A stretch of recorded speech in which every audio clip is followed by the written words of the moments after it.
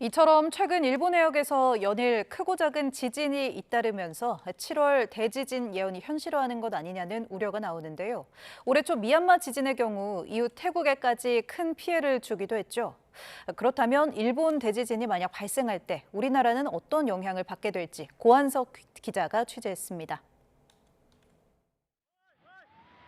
지난 3월 태국 방콕.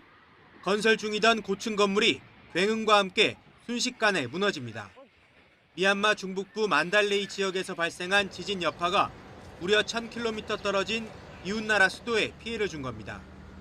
이렇게 먼 거리까지 영향을 미친 이유는 점토층으로 이뤄진 방콕의 연약한 지반, 해당 건물의 부실 시공 가능성 등이 복합적으로 작용했습니다. 하지만 근본 이유는 지진 시 발생하는 저주파 에너지입니다.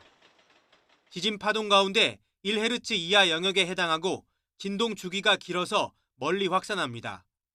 특히 고층 건물과 대형 구조물에 큰 영향을 미칠 수 있습니다.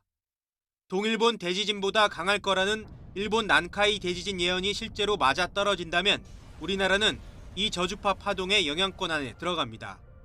방콕과 달리 우리나라 지반은 단단한 기반함이어서 건물이 무너질 정도의 피해 가능성은 매우 낮다는 게 전문가들의 공통된 의견이지만 안심할 수는 없습니다.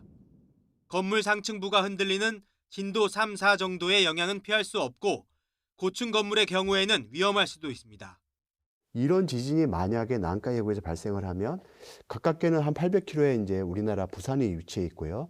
그 좀 1000km 남짓한 거리에 우리나라 서울이 위치해 있는데 이곳에서는 고층 건물들이 많다 보니까 이 난카이 해구 지진에서 나오는 이 저주파 에너지가 고층 건물들을 크게 흔들 가능성이 있습니다. 쓰나미의 경우 일본 열도가 방파제 역할을 하겠지만 난카이 해구와 가까운 우리나라 남부 해안에는 파도가 높아지는 등 일부 영향을 줄 가능성이 있습니다. YTN 고한석입니다.